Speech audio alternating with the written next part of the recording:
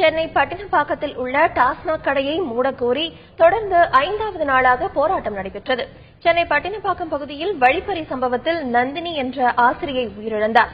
இதுபோன்ற அசம்பாவிதங்கள் நடப்பதற்கு இந்த பகுதியில் உள்ள டாஸ்மாக் கடையே காரணம் என கூறிய அப்பகுதி மக்கள் கடையை மூடக்கோரி தொடர் போராட்டத்தில் ஈடுபட்டு வந்தனர். 5வது நாளாக இன்று கடல் அறக்கட்டளை மற்றும் மக்கள் அதிகாரம் அமைப்பின் சார்பில் போராட்டம் நடைபெற்றது. கடையை நிரந்தரமாக மூட வேண்டும் என கோரி போராட்டத்தில் ஈடுபட்ட 50க்கும் மேற்பட்டோர் கைது செய்யப்பட்டனர். இந்த கடையை மூடணும்னு சொல்லி நாங்க போராட்ட களத்துல இறங்கி இருக்கோம். இதுவரையிலும் அரசு தரப்புல இருந்து எங்களுக்கு இந்த கடையை மூடுவோன்ற ஒரு உத்தரவாதம் கூட எங்களுக்கு தரல. அப்ப 2 உயிர் போயிருச்சு, 2 உயிர் சாகடிக்கப்பட்டது, ஒரு பொண்ணு ஆஸ்பத்திரியில இருக்குது. நாங்களும் 6 பெண்களும் மண்ணெண்ணெய் ஊத்தி நாங்களும் இந்த அளவுக்கு போராட்டம் நடத்தணும். அப்ப எத்தனை உயிர் போனாலும் இந்த கடைக்கான முடிவை இவங்க சொல்ல மாட்டாங்க.